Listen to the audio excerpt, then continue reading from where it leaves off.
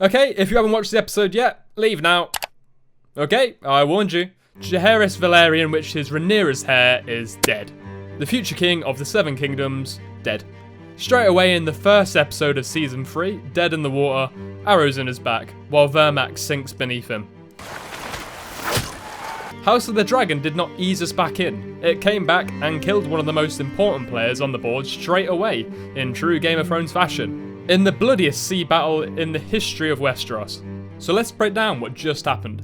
The one scene everyone's arguing about and why Jace's death changes the entire war. To understand this episode, you have to remember where Season 2 left everyone.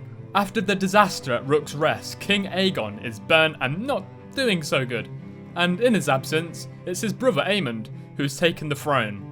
And Aegon, the actual king, he's become a hooded fugitive, fleeing the city with Varys strong, trying to escape the crown he'd never wanted.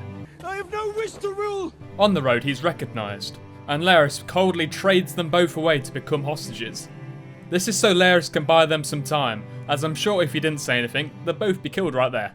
I think Aemond will be a stronger ruler than Aegon, although this situation has given Team Black a higher value hostage. And while the Greens are falling apart, Rhaenyra is dealing with the offer Alicent secretly brought to Dragonstone. Her offer: open the gates of King's Landing and surrender Aegon, in exchange for sparing herself, Helaena, and Helena's daughter. Fly on to the capital in 2 days, take the Iron Throne in a single stroke. But her son Jace is begging her to see it for what he thinks it is: a trap. This is the seed of everything that goes wrong. Back in King's Landing, we get the most disturbing scene of House of the Dragon so far. Alicent, alone with Aemond, is pushing him to leave the city so she can execute her plan. And it ends in a very uncomfortable way. Read it however you want. Desperation, manipulation, the rot at the heart of this family is finally surfacing. But it tells you exactly how far gone the Greens are.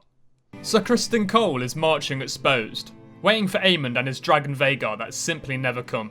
Out in the fields, the dragon seeds sit waiting to ambush Vhagar on the Queen's orders. Keep an eye on them as they get more important as the season goes on. Out at sea, Lord Corlys Velaryon's fleet is blockading King's Landing.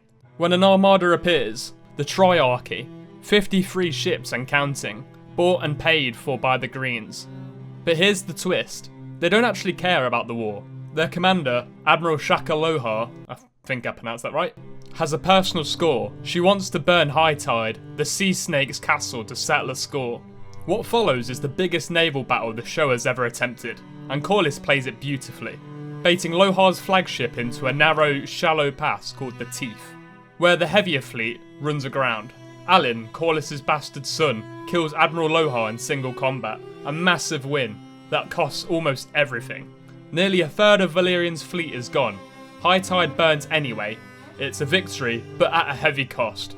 When the fighting reaches the Gullet, Rhaenyra wants to fly out and meet it herself. And Jace, terrified of losing his mother, takes action into his own hands. He orders her own Queen's Guard to lock her in her chambers to stop her from getting hurt. And then he takes her place.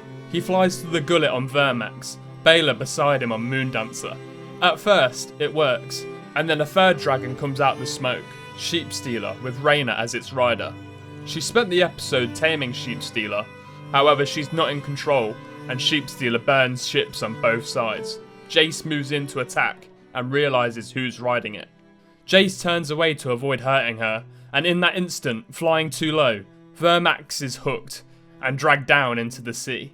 Jace frees himself. He surfaces, for 1 second he's alive, and then the arrow finds him. Rhaenyra's heir, the future king, dead in the water while she's locked in a room, screaming, unable to save him, doing the exact thing she was stopped from doing. So what does it all actually mean? Team Black technically won the Gullet, but look at the price. Rhaenyra has lost a dragon, a young strategist, and her heir to the throne. The succession now falls to her younger son. Jace's death was his own fault, for caging his mother and flying out in her place.